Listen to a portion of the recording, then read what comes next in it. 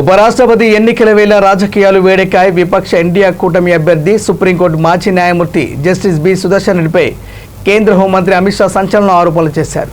సుదర్శన్ రెడ్డి తన తీర్పు ద్వారా నక్సలిజానికి పరోక్షంగా ఊతమిచ్చారని, ఆయన నక్సలిజం మద్దతుదారు అని తీవ్ర వ్యాఖ్యలు చేశారు. శుక్రవారం ఢిల్లీలో జరిగిన మనోరమ న్యూస్ కాన్క్లేవ్లో అమిత్ షా మాట్లాడుతూ, జస్టిస్ సుదర్శన్ రెడ్డి నక్సలిజానికి సహకరించిన వ్యక్తి.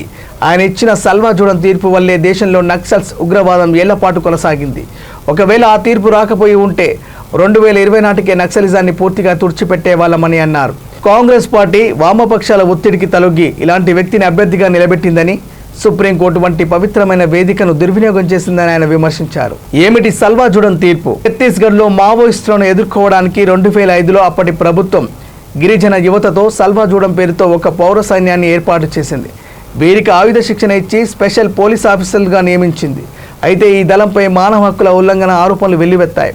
దీనిపై దాఖలైన పిటిషన్ విచారించిన జస్టిస్ సుదర్శన్ రెడ్డి నేతృత్వంలోని సుప్రీంకోర్టు ధర్మాసనం 2011లో చరిత్రాత్మక తీర్పు వెలువరించింది. పౌరులకు ఆయుధాలిచ్చి ప్రభుత్వమే హింసను ప్రోత్సహించడం రాజ్యాంగ విరుద్ధమని స్పష్టం చేస్తూ సల్వా జూడన్ను రద్దు చేసింది.